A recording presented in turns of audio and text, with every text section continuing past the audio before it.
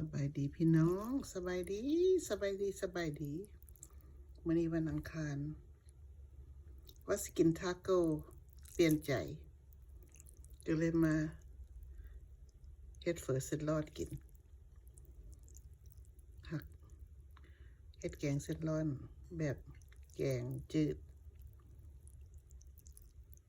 หักเอาน้ำเฟอต้มสิ้นงัวเอาสเกิร์ตสเต็กมาต้มใน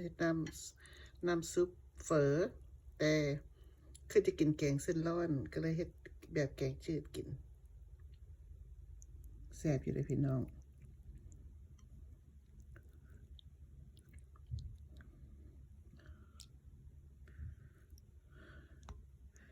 แซ่บเด้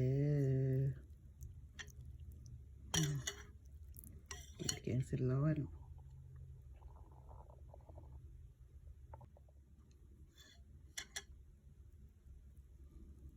สบายดีพี่น้องสบายดีวันนี้วันอังคารว่าสกินทาโก้เปลี่ยนใจ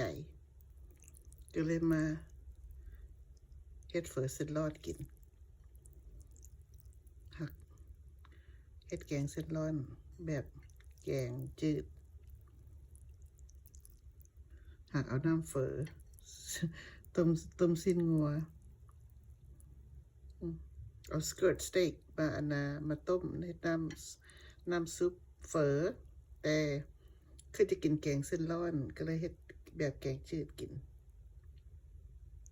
แซ่บอยู่เลยพี่น้อง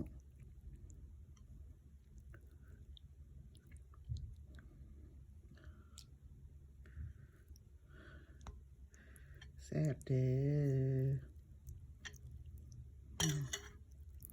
กินแกงเส้นร้อน